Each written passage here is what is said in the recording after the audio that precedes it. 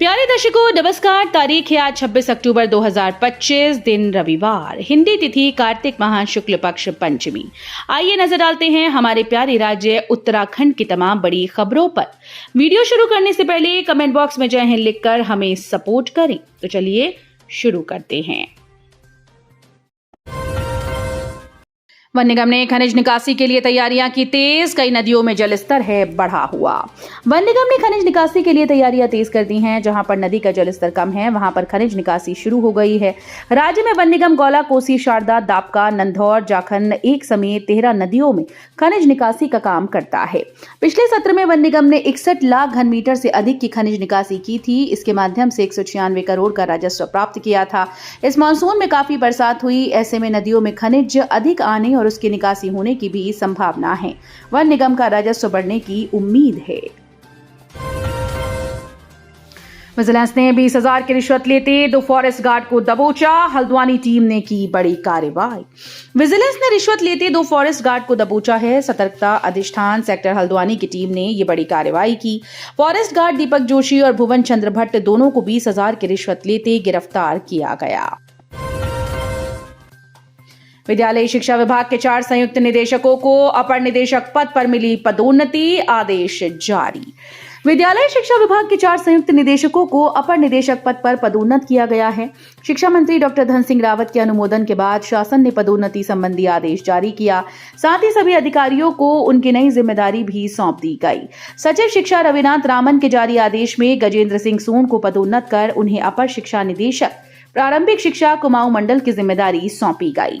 इस प्रकार कुलदीप गैरोला को अपर शिक्षा निदेशक निदेशालय प्रारंभिक शिक्षा का प्रभार दिया गया। उत्तराखंड में केवाईसी न कराने पर राशन से होना पड़ेगा वंचित, सरकार ने उठाए सख्त कदम। जिन उपभोक्ताओं ने केवाईसी नहीं कराई है उनको 1 नवंबर से सरकारी राशन से वंचित होना पड़ सकता है। राशन वितरण में पारदर्शिता को लेकर सरकार की ओर से ये कदम उठाया गया। जिला पूर्ति कार्यालय की ओर से पूर्व में सस्ता गल्ला विक्रेताओं को केवाईसी कराने के निर्देश जारी हुए थे, लेकिन जिले में अभी तक 50% उपभोक्ताओं ने केवाईसी कराई है। ऐसे में 31 अक्टूबर तक हर हाल में परिवार के मुखिया और सदस्यों को केवाईसी करानी होगी। दरअसल जिला पूर्ति विभाग की ओर से 3 वर्गों में राशन वितरण किया जाता है।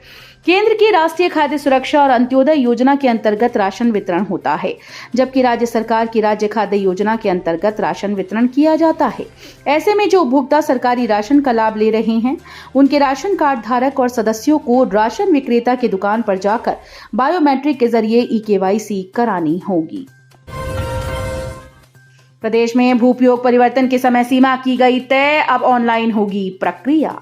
उत्तराखंड में जमीनों का भू-उपयोग परिवर्तन अब आसान, पारदर्शी और समयबद्ध होगा। इसके लिए सरकार ने ऑनलाइन पोर्टल पर सुविधा उपलब्ध करा दी है। 18 चरणों में ये प्रक्रिया पूरी होगी। जमीनों के भू-उपयोग के लिए कई साल का इंतजार खत्म होगा। आवास विभाग ने भू-उपयोग परिवर्तन के लिए जो ताजा गाइडलाइन जारी की हैं उनमें जमीनों को 3 श्रेणियों में बांटा गया। तीनों श्रेणियों के लिए नियमों में थोड़ा अंतर है, लेकिन सभी के लिए 18-20 चरणों की प्रक्रिया निर्धारित समय अवधि में पूरी करनी होगी। कब टपकेंगी उम्मीद की बूंदें, हर घर नल नहीं मिल रहा जल, ग्रामीण 1 किलोमीटर दूर से ढो रहे पानी। हर घर नल हर घर जल योजना का सपना बागेश्वर के सिया गांव में धुंधला पड़ता दिख रहा है। गांव में नल तो हर घर तक पहुंचे हैं, लेकिन इसमें से जल नहीं टपक रहा। पिछले 1 महीने से ग्रामीणों को पानी लाने के लिए 1 किलोमीटर दूर तक का सफर तय करना पड़ रहा है। सिया गांव के करीब 25 परिवारों के लिए पानी जुटाना सबसे बड़ी चुनौती बन गई। 12 से 13 परिवारों के नलों में तो 1 बूंद नहीं आ रही। बाकी घरों में पानी कभी सुबह तो कभी शाम को कुछ मिनटों के लिए ही आता है। ग्रामीण मोहनलाल, कुंदन राम, हरिराम, बालम प्रसाद, अनिल कुमार आदि का कहना है कि कई बार विभागीय अधिकारियों को समस्या बताई, लेकिन अब तक कोई ठोस कार्रवाई नहीं हुई। गर्भवती महिलाओं को लंबी लाइन से राहत, अनाथ बच्चों के बाल गृह में बनेंगे प्रमाण पत्र। ऋषि पर्णा सभागार में डीएम सविन बंसल ने जिला बाल संरक्षण इकाई देहरादून की जिला बाल कल्याण और संरक्षण समिति बाल कल्याण समिति के साथ त्रैमासिक बैठक की। डीएम ने निर्देश दिए कि ई डिस्ट्रिक्ट मैनेजर को निर्देश दिए गए बाल गृहों में रह रहे बच्चों के आधार अपडेशन और नए आधार कार्ड बनाए जाएं। डीएम ने सीएमओ को सभी सरकारी और गैर सरकारी संस्थाओं में 10 दिन के भीतर आरबीएस की टीम भेजकर स्वास्थ्य जांच और टीकाकरण कराने के निर्देश दिए। डीएम ने वार्ड स्तरीय और ग्राम पंचायत बाल संरक्षण समितियों को सक्रिय सक्रिय करने नगर आयुक्त देहरादून और ऋषिकेश जिला पंचायती राज अधिकारी को निर्देश दिए कि मिशन वात्सल्य दिशा निर्देश के अनुसार गांव से लेकर शहरों तक वार्ड स्तरीय बाल संरक्षण समिति का गठन किया जाए और वित्तीय अनुदान का 5% बच्चों के कल्याण और सुरक्षा पर व्यय हो। उन्होंने निर्देशित किया कि जो संस्थाएं पंजीकृत नहीं हैं उनकी जेजे एक्ट के अंतर्गत पंजीकरण की कार्रवाई की जाए। जमानत पर छूटा, हत्या का आरोपी बना आग उगलता शैतान, पहले छेड़छाड़ की फिर 3 वाहनों को लगाई आग। दिल्ली में हत्या के मामले में जमानत पर छूटा आरोपी अराजकता पर उतारू है। महिला के घर में घुसकर छेड़छाड़ की कोशिश के बाद उसने सामिया लेक सिटी के गेट पर खड़ी 2 शिक्षिकाओं की स्कूटी समेत 3 वाहनों में पेट्रोल डालकर आग लगा दी। इसके बाद आरोपी भाग गया। गनीमत रही कि आसपास मौजूद लोगों ने समय रहते आग पर काबू पाया। दिल्ली निवासी रवि यादव काशीपुर रोड स्थित सामिया लेक सिटी में रह रहा है। शनिवार की सुबह वो कॉलोनी के गेट पर बोतल में पेट्रोल लेकर पहुंचा और वाहनों पर पेट्रोल डालकर आग लगा दी। इसमें निजी स्कूल की 2 शिक्षिकाओं की स्कूटी और एक बाइक आंशिक रूप से जल गई। जमीन बेचने के नाम पर 9.40 लाख की ठगी का आरोप, एक युवती समेत 2 के खिलाफ केस दर्ज। काशीपुर में एक व्यक्ति ने 2 लोगों पर जमीन बेचने के नाम पर उनसे 9,40,000 रुपए की धोखाधड़ी का आरोप लगाया। पुलिस ने दोनों आरोपियों के खिलाफ केस दर्ज कर लिया है। पशुपति विहार जशपुर खुर्द निवासी संदीप कुमार ने ITI थाने में दी तहरीर में बताया कि मोहल्ला गंज महुआ खेड़ागंज निवासी प्रीतम उर्फ पप्पू और उसके दोस्त राकेश कुमार ने उसे ग्राम कनकपुर में छीना पैलेस के सामने 21,500 वर्ग फुट जमीन दिखाई थी। प्रीतम ने जमीन उसकी बहन हिना अरोरा निवासी मोहल्ला बांसपोड़ान की होना बताया। कहा कि हिना की बेटी कविता पढ़ाई के लिए कनाडा जा रही है, इस वजह से उसकी बहन सस्ते में जमीन बेच रही है। उसका अपनी बहन हिना से जमीन का एग्रीमेंट हुआ है और वो दिल्ली से आकर रजिस्ट्री करा देगी। प्रीतम ने मोबाइल से किसी महिला को हिना बताकर उसकी बात कराई थी।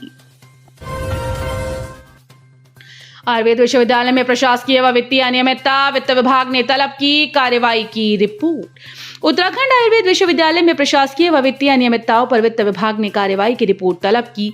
इस संबंध में वित्त विभाग ने सचिव आयुष को पत्र जारी कर 1 सप्ताह में जवाब देने को कहा।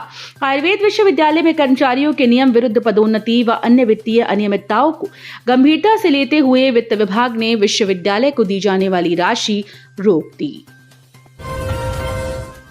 उत्तराखंड में बिजली सस्ती होने की राह खुली, मिड टर्म करार से होगा उपभोक्ताओं को फायदा।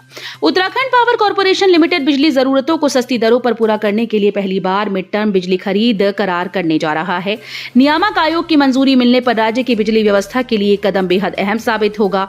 इसमें ऊर्जा विभाग को एडवांस भुगतान कर ऊंची दरों पर बिजली खरीदने से राहत मिलेगी।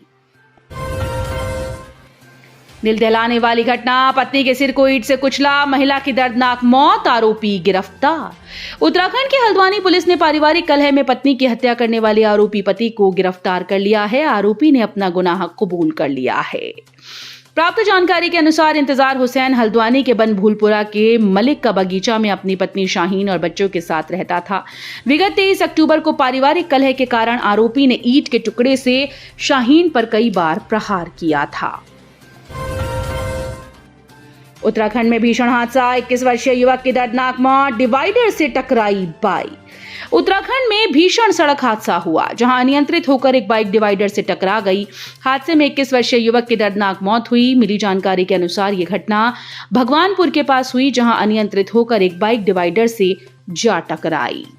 जानकारी के अनुसार हिमाचल से मुरादाबाद युवक अपने घर जा रहा था। इस बीच रुड़की स्थित भगवानपुर के पास उसकी बाइक हादसे का शिकार हुई। मृतक की पहचान आदित्य निवासी अमरोहा उत्तर प्रदेश के रूप में हुई। तो ये थी उत्तराखंड की बड़ी खबरें। हम मिलेंगे अगले बुलेटिन में, तब तक के लिए धन्यवाद।